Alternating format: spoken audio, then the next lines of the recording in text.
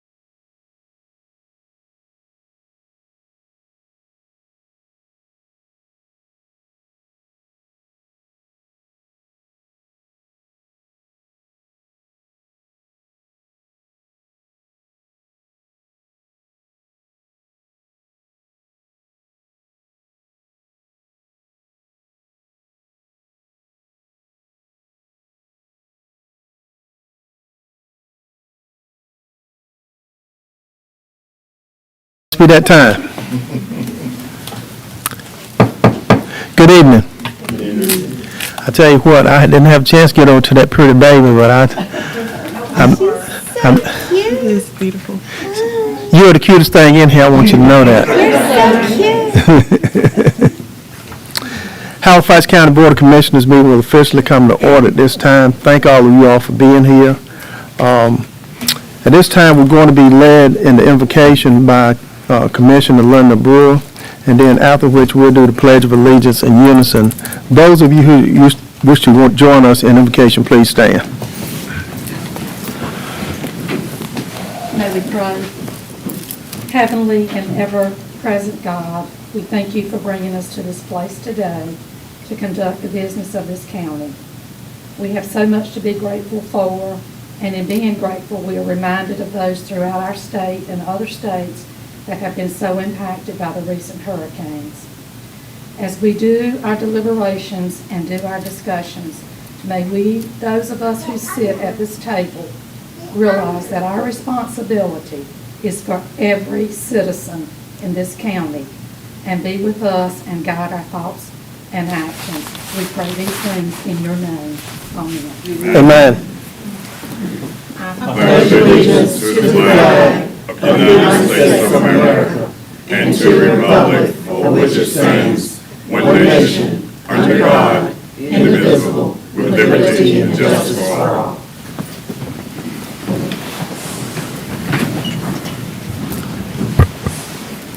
I want to thank you for that invocation. Also, for the record, Commissioner Samuel Webb is not going to be with us tonight. He has a commitment over in Hertford County tomorrow. He's starting a trial case, and anyway, he's preparing, for that case. That's the reason he can't be with us tonight. I trust that my colleagues have had an opportunity to review the agenda. I will soon entertain a motion for the adoption. Move for the adoption. Okay, motion made by Commissioner Davis. Is there a second? We'll second it. Second by Commissioner Smith. Any further discussion? All those in favor say aye. Aye. All opposed, like sign. Next item is the conflict of interest. In accordance with the Halifax County Board of Commissioners Rules of Procedure in the North Carolina General Statute, Section 153A-44, it is the duty of every member present to vote on all matters coming before the board unless there is a conflict of interest as determined by the board or by law. Does any member have a known conflict of interest with respect to matters coming before the board tonight? Ms. Johnson? No conflict. No conflict. No conflict? No conflict. No conflict, sir. Madam Clerk, let the record so reflect that the 5 commissioners present do not have any conflict with matters coming before us tonight. Yes, sir.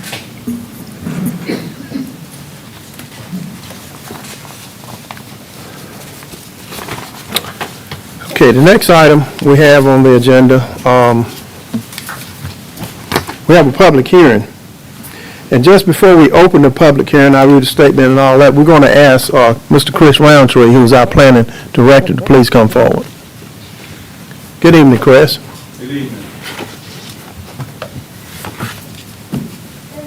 Good evening, Mr. Chair, board members. As you recall, at our October 7th meeting this year, we had some proposals and discussions on amendments to our solar ordinance.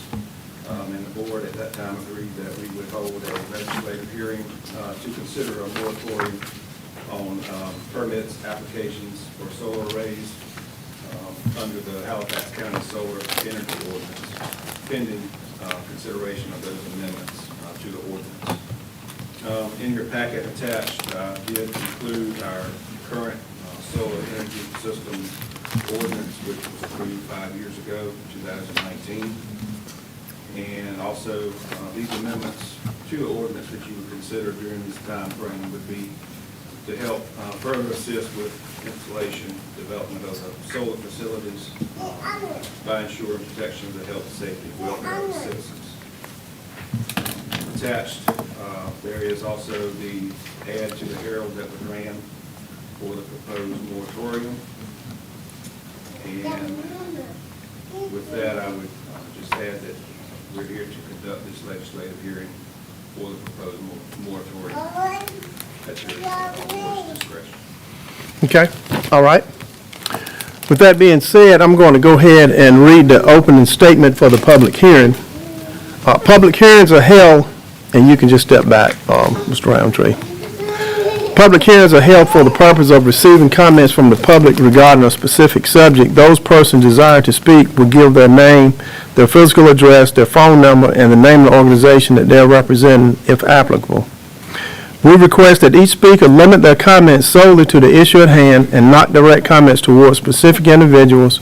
In the interest of time, please do not repeat facts or issues covered by previous speakers. If you wish to comment, you should express your opinion on the subject matter and give the Halifax County Board of Commissioners an understanding of whether you favor or oppose the issue being discussed. The Halifax County Board of Commissioners values and appreciates the opportunity to listen to the citizens of this county and respectfully request that the above guidelines be followed. Okay, colleagues, you've heard the information coming from Mr. Roundtree. At this time, I need a motion to open a public hearing to conduct a legislative hearing on the proposed moratorium on the solar energy systems ordinance. Mr. Chair, I move that we open the public hearing for said discussion. Okay, motion made by Commissioner Johnson. Is there a second? Second. Second by Vice Chair Brewer. Any further discussion? All those in favor say aye. Aye. All opposed? Okay, the hearing is officially open at this time. I would ask that if you're going to speak, please come forward and follow my instructions that I had given previously.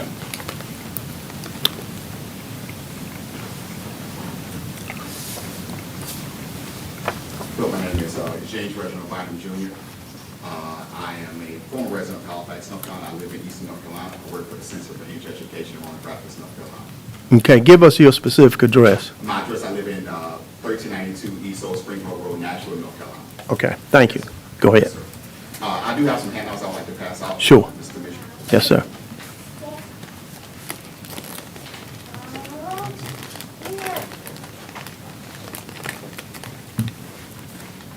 And I am in favor of solar. Okay. Yes, sir. All right. Okay. And whenever you're ready. You can go ahead. We're good. Thank you, sir. Yes, sir. So, what I'm discussing today is data that was researched by the Center for Energy Education, received from the Halifax County Tax and Planning Office. This is the current utilization percentage of agricultural land used for solar projects year to date, as it stands today, and projected through 2026. These are all the projects that are on the books through 2026. You see in the first graph that currently, out of the over 183,565 acres that we have in agricultural land, currently 1% is used for solar. So the percentage of agricultural land used for solar projects is relatively small compared to the total available agricultural land. This highlights that utility scale solar projects can coexist with agricultural operations without significantly reducing food production Solar farms serve as a temporary land use, acting as a placeholder that preserves and enriches the land which is decommissioned and restored to agriculture or timber use at the end of the lease.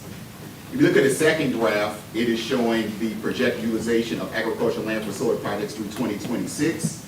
Even with that, with the increase, we're looking at a 3% total use or utilization of agricultural land use. Looking at the second point, enhancing agricultural soil health. Solar farms do not require frequent tilling or plowing, which helps maintain soil structure and prevent erosion. The land is usually left undisturbed for long periods, allowing soil organisms and root systems to establish, which contributes to soil regeneration. Converting the land into a solar farm gives the soil a rest period from agricultural activities like pesticides and further applications and forever chemicals, helping the soil recover. Solar panels create shaded areas that can help retain moisture in the soil. The shade also supports cooler soil temperatures, which can be conducive to microbial activity and overall soil health.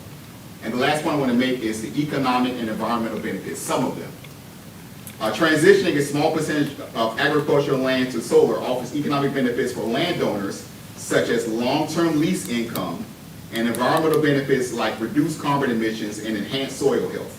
This supports the North Carolina's state emissions goals to be carbon neutral by 2050 and will help achieve the state's target of reducing carbon emissions from the power sector by 70% from 2005 levels by 2030. Yes, sir. All right, finish? Yes, sir. Okay, all right, thank you very much. Thank you. Okay, next person?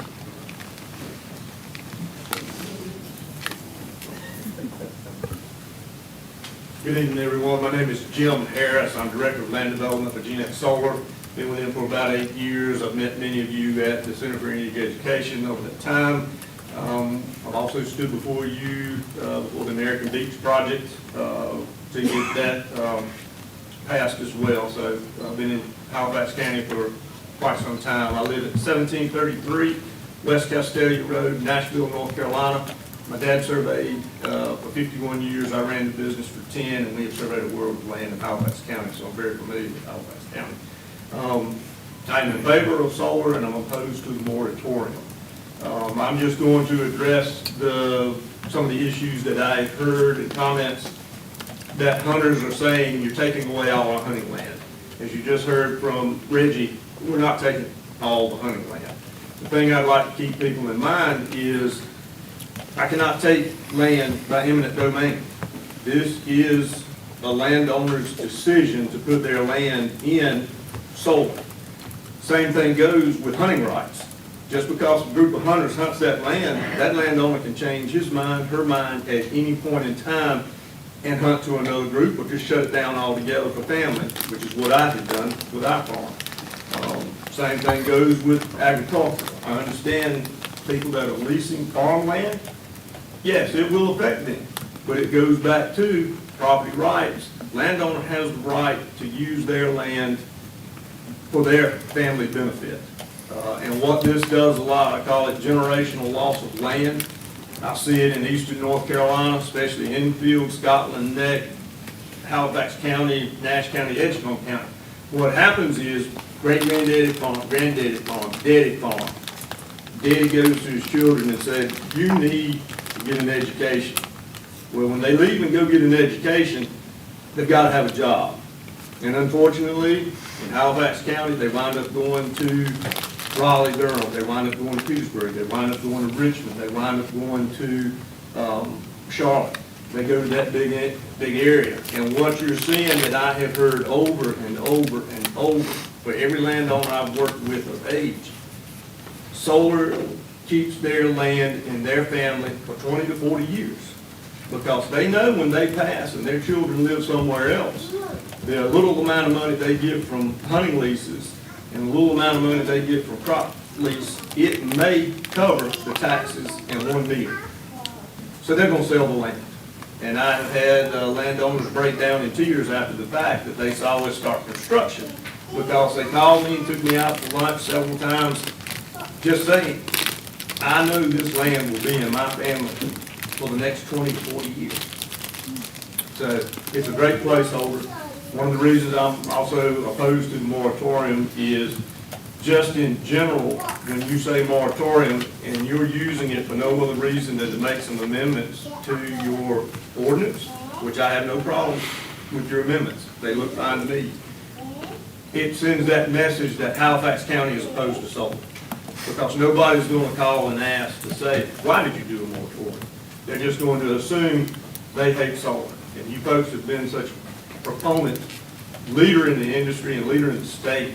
I just hate to see that connotation be attached with Halifax County and solar. Thank you. Okay, thank you, sir. Okay.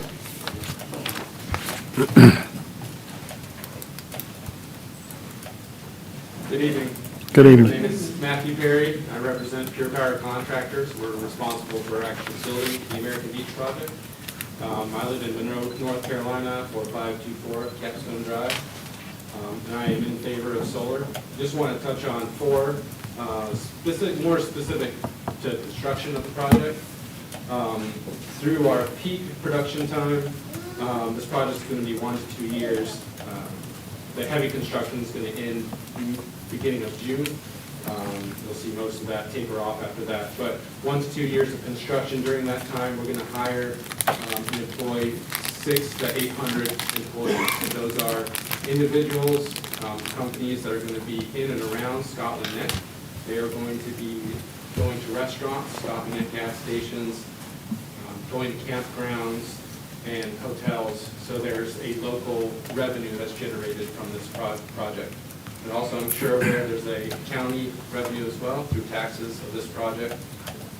Another item is local hires. We do accept resumes. We encourage locals if they're interested in getting a job, whether that's through civil, mechanical, or electrical, especially if that's skilled labor or unskilled labor.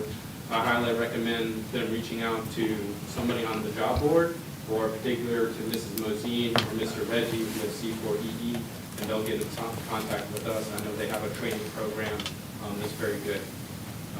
Third thing, the kind of the length of the project overall and solar construction. The actual construction phase is very short. This project has been in the works for many years before this to get to this day. We've already started construction, and like I said before, the bulk of it will be done mid-June with the final project next year. The last item, number 4, I will say that specific to Sandpit Road, where the project is, Bynum and Old 125 Road, there are other construction groups in the area. We've identified the DOT is doing some road improvements, so they're in the area. There's also utility grid developments that have been ongoing. So the construction activities in that particular area aren't just solely Pure Power or affiliates of the American Beach Project. There are other entities there. Thank you for your time. Okay, thank you. Okay.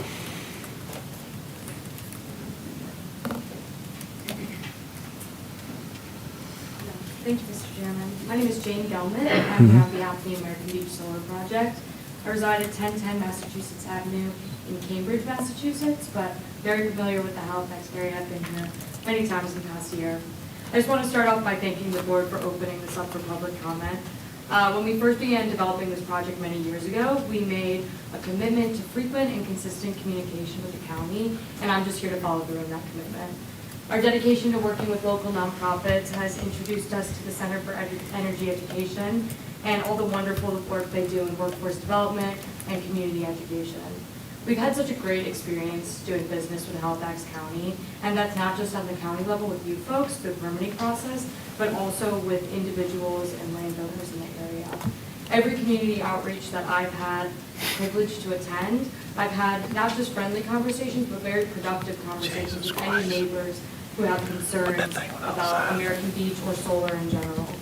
I wanted to let everyone know that I'm here to answer any questions about the solar development process, American Beach, why Halifax County, or just what is solar, and I'll stick around after the meeting to answer those questions. Thank you. Thank you very much. Sorry about that.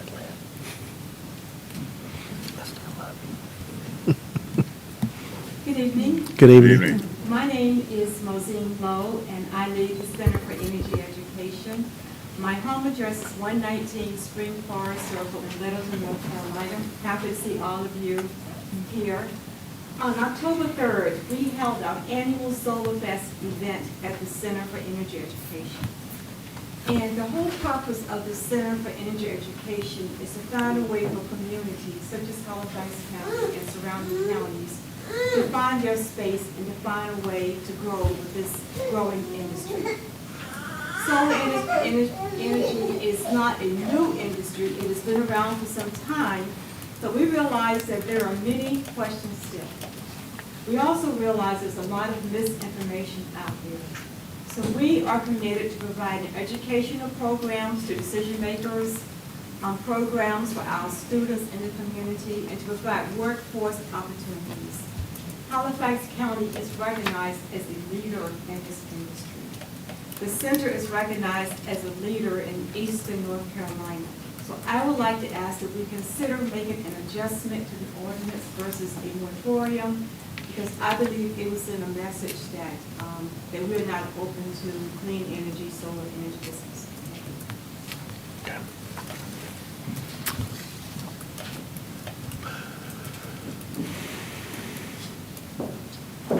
Good evening, ladies and gentlemen. My name is Lisa Oliver. I live at 3073 Bridges Road in Roanoke Rapids. I also am a staff person at the Center for Energy Education. And I'm here to piggyback on what Mosine said. The thing about Halifax County, it's a pastoral area. We don't want the creep of cement or asphalt. We would rather have the data, the solar installations, because it keeps the grass green. We can pull the solar installation out of the ground, shake it up a little bit, and we can grow again. Let's not become a Lewisburg or a Zebulon to where it's just another island of asphalt.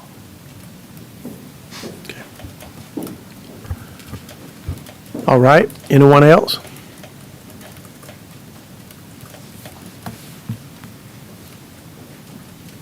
Mr. Chair, seeing as no one else come forward, I move that we close the public hearing. Okay, motion made by Vice Chair Brewer. Is there a second? Second. Second by Commissioner Davis. Any further discussion? All those in favor say aye. Aye. All opposed, like sign. Okay, all right. Now, we're going to move to item 2 on the agenda, which is the proclamation for Breast Cancer Awareness Month. And we'll hear from our Health Director, Cheyenne James. Thank you for being here.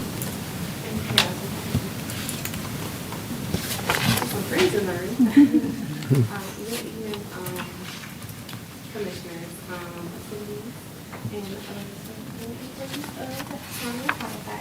I'm here to read and propose a proclamation for Breast Cancer Awareness Month, which is annually celebrated in October.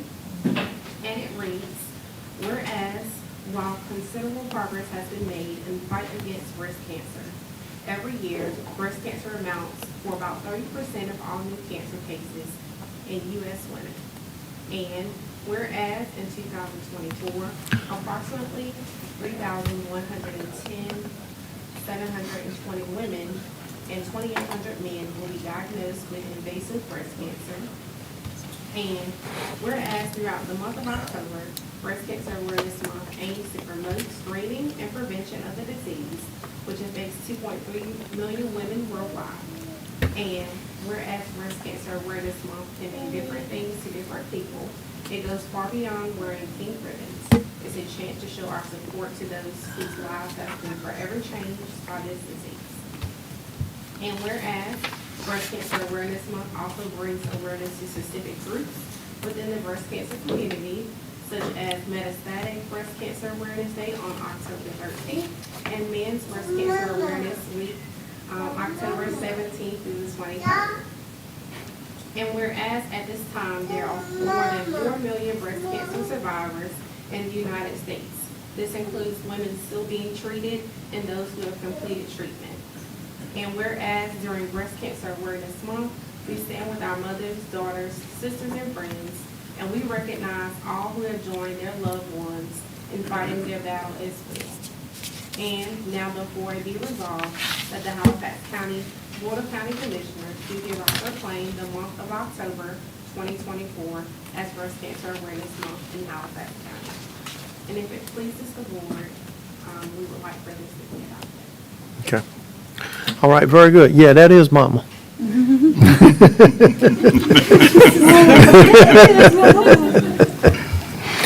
Okay, Commissioner, you've heard the presentation coming from our health director. What is your pleasure? Mr. Chairman, if I'm in order, I will second it. Okay. Motion by Ms. Johnson, she's on the health board too, and second by Commissioner Smith. Any further discussion? All those in favor say aye. Aye. All opposed? Thank you. You're free to go, Mommy. Bye-bye. Bye-bye. All right. Now, how old is she? She's a year and a half. Ooh, I'm impressed. Yeah. And I do have some pins and then anyone wants 24 hours. Thank you, guys. You're welcome. Thank you. Appreciate all you do as well. Thank you. And thank you for bringing that sweetheart to us tonight.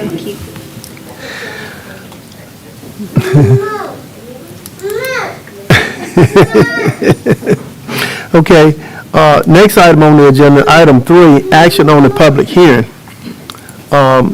Proposed moratorium on solar energy systems ordinance. Mr. Roundtree had made a presentation previously. Mr. Roundtree, do you have anything else you want to add? I would just add, for your, attached to your agenda is a proposal for your consideration for ordinance to adopt moratorium if your board chooses to. Okay, and within that moratorium that you're proposing, what is the length of time in that? The proposal I put was 120 days. I think that was kind of the timeframe that we discussed, or the board discussed at that time. Okay. I can add to that, Mr. Chairman. It's anticipated that the process would be to first go to the planning board with proposed changes, and the planning board will conduct, as they normally do, a public hearing on the proposed changes. They then are required to make a recommendation to you about the proposed changes that then will come to you for action after a public hearing on the proposed changes, and once adopted, whether they're adopted after a public hearing, they could be adopted by a vote on that time. And upon adoption of the amendments, you could then rescind the moratorium. But we've extended it to at least February the 18th, given that we're in a holiday season, to give us time to get through the public hearings and before the two boards that have to consider it. I don't want there to be any misunderstanding here. I don't think anyone does misunderstand, so I didn't quite understand the comment otherwise. There's no intention here to stop having solar projects in Halifax County. The intention is to make amendments to our ordinance, and I frankly think that it's prudent to have a moratorium while you're considering amendments, because otherwise you may have other applications coming in for zoning permits and special use permits, and without the moratorium there is confusion about which ordinance amendments are going to apply and which aren't, and this is to make it clear that we want to consider changes and not have that confusion, and it's not a long period of time to make that proper consideration of amendments to the ordinance. If this, go ahead, Ms. Commissioner Johnson. Just for clarification for me, I think, as we had discussed this earlier, that this moratorium was to allow sufficient time for us to develop, for them to develop amendments. Once that was done, then it would come back to us, to the board. Right. Come back to the board, and I'm laughing because That's all right, Mr. We know where you want to be, yeah. This for your bad. You can laugh. anyway, I think that was the intent of the moratorium, and not to prevent anyone from applying.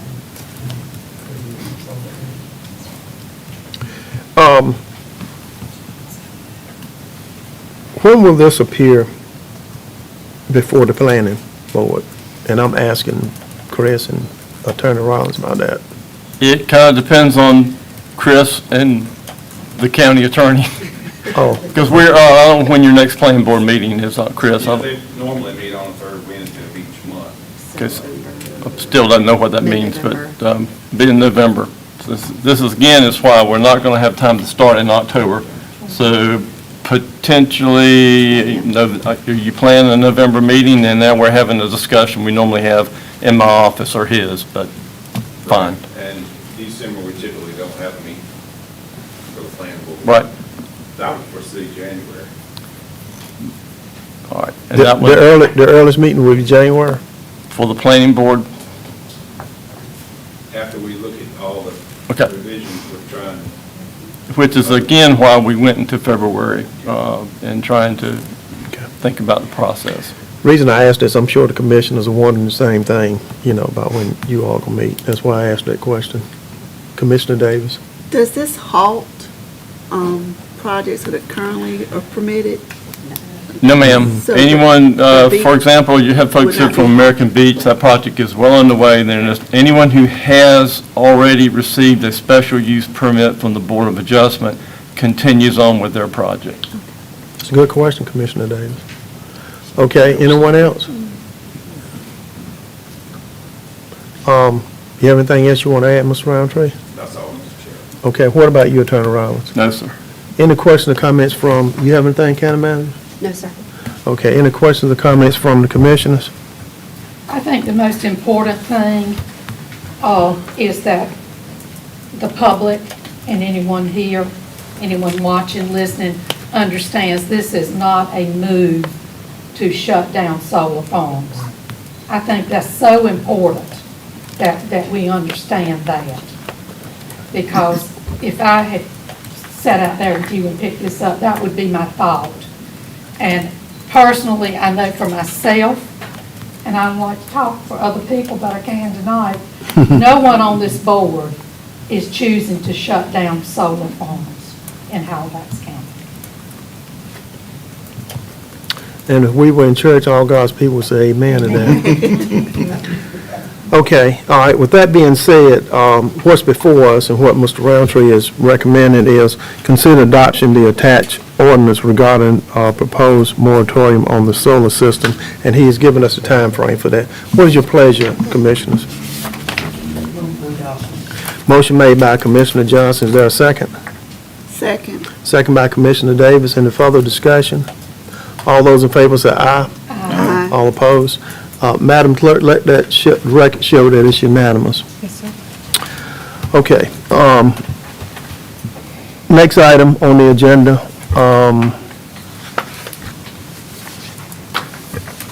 is the amendment Halifax County Personnel Policy. Attorney Rollins. Thank you, Mr. Chairman. Some time ago, back in 2021, the board adopted the Halifax County Personnel Policy. You may recall that you rescinded a personnel ordinance and adopted a policy in its place. Since that time, it has, staff would like to recommend an amendment to the personnel policy. That's set forth in a resolution in your agenda packet to amend the personnel policy by adding an Article 11, which would come at the end of the current policy. And that Article 11 would be entitled Amendments to Personnel Policy. A copy of that proposed Article 11 is attached to the adopting resolution if you choose to adopt it. And it simply delegates authority to the county manager to make minor amendments to the policy to either correct clerical errors or grammatical errors, to clarify the intent of the policy, and to reorganize the policy by renumbering or relettering section numbers to make it a bit easier to navigate. Those amendments intended not to be amendments that would constitute a substantive change in the policy provisions, and to also allow the county manager to make amendments that comply with changes in state or federal law which happen from time to time, whether those are substantive or not.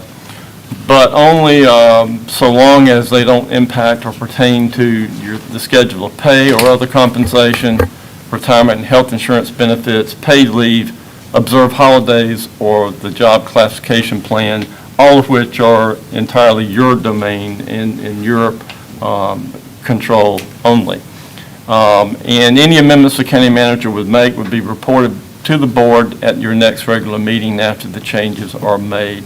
Otherwise, changes to the policy would be as usual, and that is by your action by resolution adopted at a regular meeting.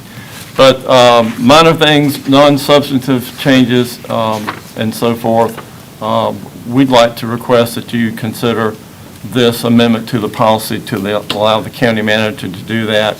And I'd add, after conferring with the HR director and the county attorney, so we'd be involved in that process as well. If you have any questions, otherwise I'd ask you to consider the resolution. Okay. Just a quick, Howard, as you look at A with this policy, anything that's minor, like clerical errors or purposes of policy, you can't expect those to come back to the board. It would not come back to you for approval, but the county manager would report that to you, Okay. that she's made those changes. Okay. Probably the most significant change might be to actually renumber or re-letter or reorganize the policy to make it flow better and easier to find things that you're looking for. I'll be frank with you, we have found that that's a bit difficult to navigate right now, and we want to correct that. And that's really not substantive changes. We just want to reorganize the policy to make it flow easier and be able to find things for those who aren't familiar with it. Okay, good question, Commissioner Johnson. Anything else? Mr. Chair, I move that the resolution to amend the Halifax County Personnel Policy be approved as presented. Okay, motion made by Vice Chair Brewer. Is there a second? I would second, Mr. Chairman. Okay, second by Commissioner Smith with that eloquent voice. All those in favor say aye. Aye. All opposed? Okay, all right. Madam HR Director, you don't have anything you want to add, do you? Well, you summarized that very well. Okay. All right, at this time, we're going to move to item 5, County Manager's Report. Yes, thank you, Mr. Chairman. I just have one item for your consideration this evening. Your 2024 meeting schedule has your typical second meeting in the month of November, but the last several years, the board has opted to cancel that meeting as it falls close to the Thanksgiving holiday, and you may have other travel plans with family or what have you. Wanted to ask if you wanted to consider going ahead and canceling that meeting so we can do the proper public notice that we would not have that meeting. The other caveat to that is if something does come up that's time sensitive that cannot wait until your December 2nd meeting, we can certainly call a special meeting with 48 hours notice. And that way y'all won't get away. So there's that. So I wanted to put that before you for your consideration. Okay. All right, you heard the information coming from our county manager. What is your pleasure? What is the date of it? It's November 18th. That would be your Monday, your third Monday of the month meeting. That's your 5:30 meeting.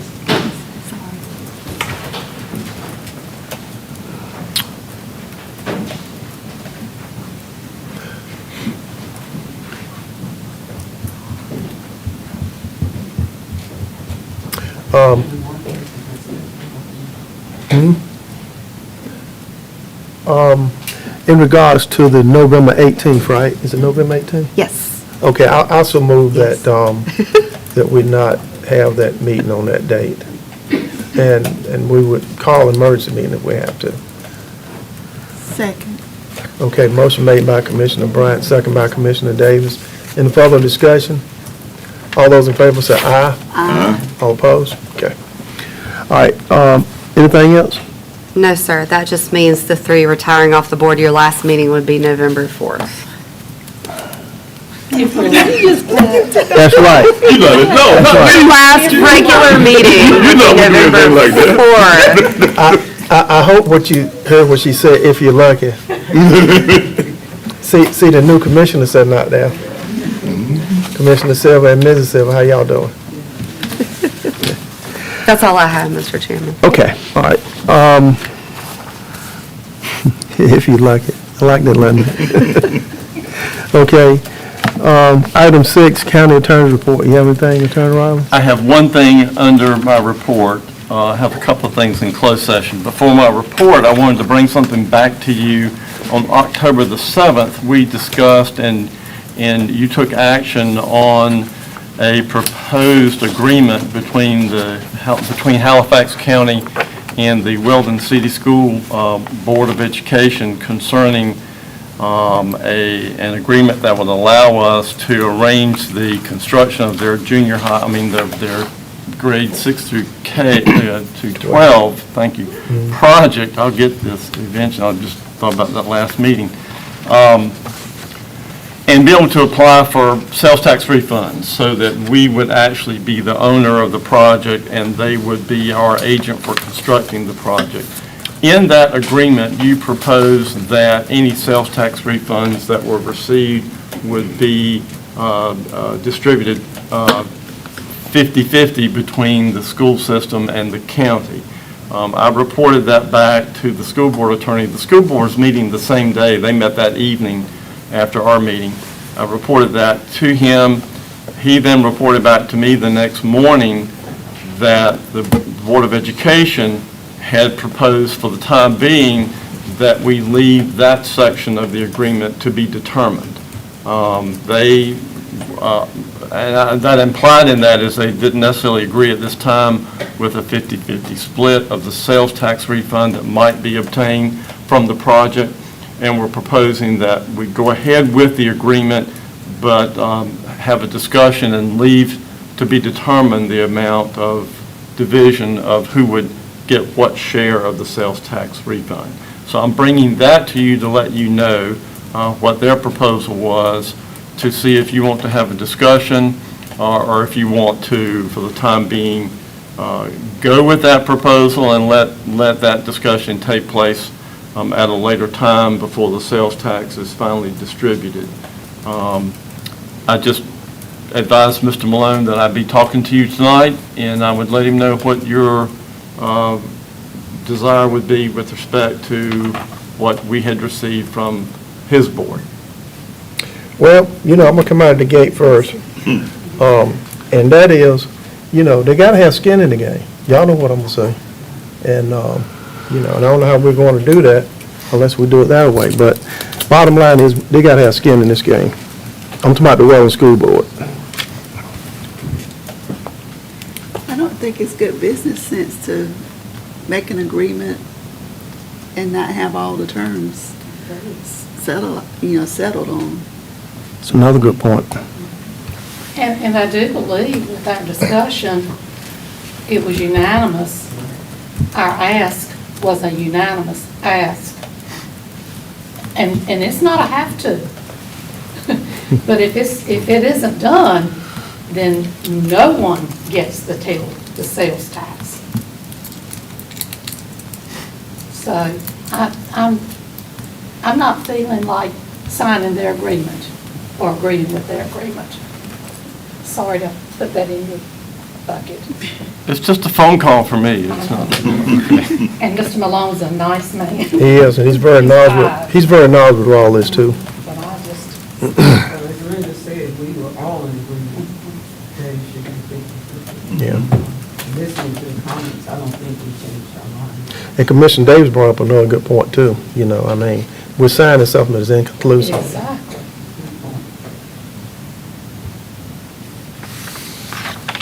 So, skin in the game. Go back to what I originally said.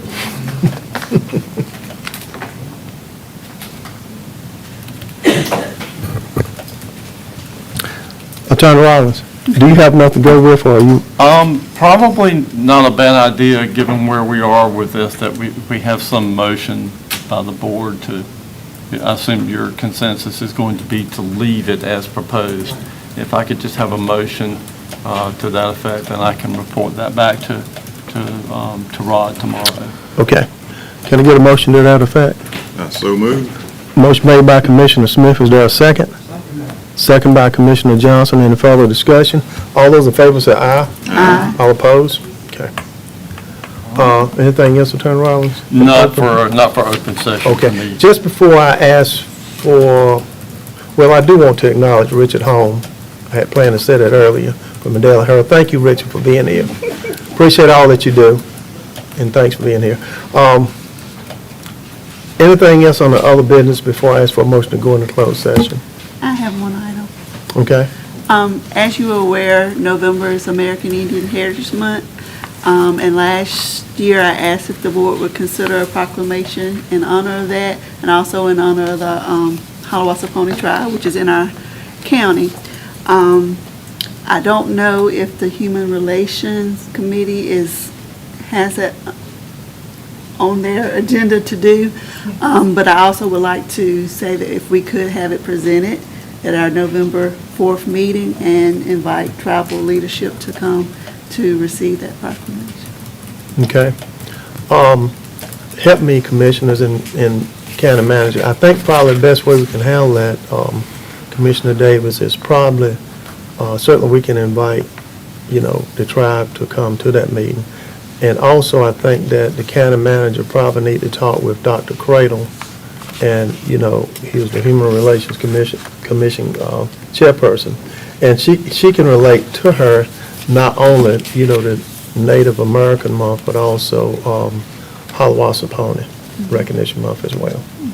They are planning to have a proclamation at the November 4th meeting. Right. Okay. And we'll be sure to invite the tribe for representation. Okay. Thank you. Took me a long time to say all that, but anyway. Mr. Chairman, I have Yes, sir. one more thing. I don't know, I guess, hope this is an appropriate time. I discussed with you and County Manager Denton about us doing something for Western North Carolina as a county, and I do understand that some things had been done, but I was looking at it more on a personal basis. When we said we had been helping out with answering telephone calls and things, this was taking their calls and things of that sort. But, I'm looking at, there are a lot of personal items that's needed there. And maybe there's some there that I'm not aware of, but, when you're looking at people, you got babies there that need diapers, you have adults there that need diapers, you have people that need other hygiene items. And that's something I was just kind of wondering about, if in some way that we could put on a drive of that sort as a county to help those individuals, and it may have already been done and I don't know about it. Okay. Ms. Denton, do you have a response to that? I'm not sure my mic's on. Yes, sir. It's on. Thank you. What I can do is reach out to NCACC to see if they have anything specific. I had talked to the sheriff about it because they had gone up to Haywood County. We had kind of been partnered with Haywood County. I don't believe they're going back to do any further assistance. I don't think that they need it at this point. So that was my initial idea, was to possibly adopt Haywood County. But it might be good for me just to reach out to NCACC to see if they have something specific. They have set up a website where you can do donations. If that's something as a county we want to do and funnel it to that, that's what they prefer, because it allows for a more organized distribution of funds, goods, that kind of thing. But I can I can talk to NCACC directly and see if there's something additional they would like for us to do. And if not, if you all would like to do that, we can set up something to funnel into one of those funds set up by NCACC. And, and I think, as I mentioned to you, I just kind of wondered on the day that, we're going to have people coming by to honor us, I guess we might say, for better lack of word. If we could put in that notice that we would appreciate them bringing some items or donations or whatever at that time. At your November 4th? Yes, ma'am. Not your reception? You want it at the reception? Right, the November thing we're talking about. 14th. Excuse me, that one, okay. Yeah, whatever day. Okay, I got you. One of these days. If that's something you all would like to do, that's something that I would defer to the board as a whole. We're certainly able to make that happen, and we can set up some sort of contribution box, that kind of thing, if people wanted to make donations. Okay. I think at this point, they would prefer money over items. Okay. Is what we've been hearing. Okay. My nephew lived in Asheville. And when he called me 2 weeks ago, because the National Guard had to help them get out. And when he finally got back, his home was damaged but not destroyed. But he told me that when they got back, there were still people in trees that they were trying to rescue. Wow. Wow.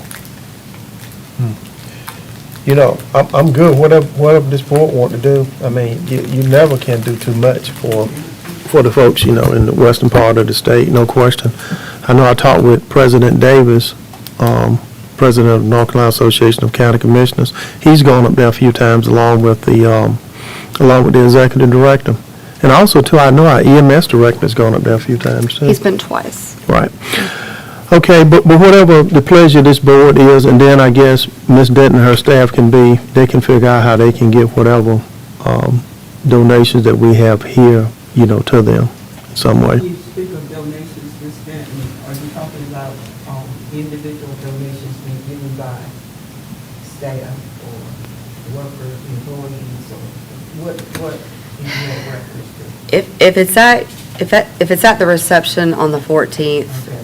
what we would advertise is for people that come to your reception, but then we can certainly have it, say, in my office for any other staff that can't come or members of the public that may want to contribute. We would probably give a deadline of, say, maybe the week before Thanksgiving, and then compile it and send it to one of those sites that NCACC has set up.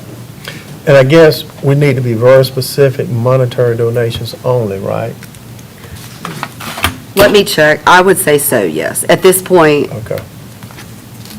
I would say money is the preferred means of assistance. Okay. All right. Do that by nodding head or?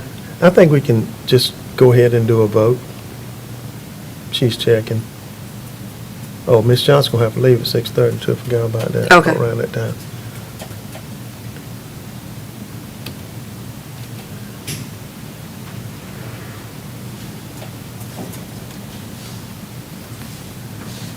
We are encouraging cash donations to be made to the state's disaster relief fund. So that's where I would recommend funneling financial contributions. Right, and I think the Daily Herald and RSPN probably need to pick up on that too, as well as us putting something probably on our county webpage and just make sure that the public knows that so they won't come in there with non-perishable items and things like that. Yes, I would recommend the disaster relief fund. Right, okay. All right, can I get a motion?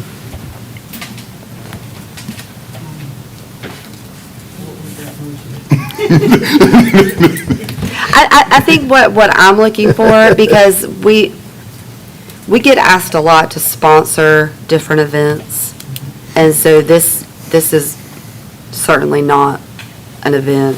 It's not. It's more disaster relief, but to not set any kind of precedent to specifically help our friends and neighbors in Western North Carolina, if people that want to donate, and Halifax County will make the donation to the disaster relief fund of the funds that come in.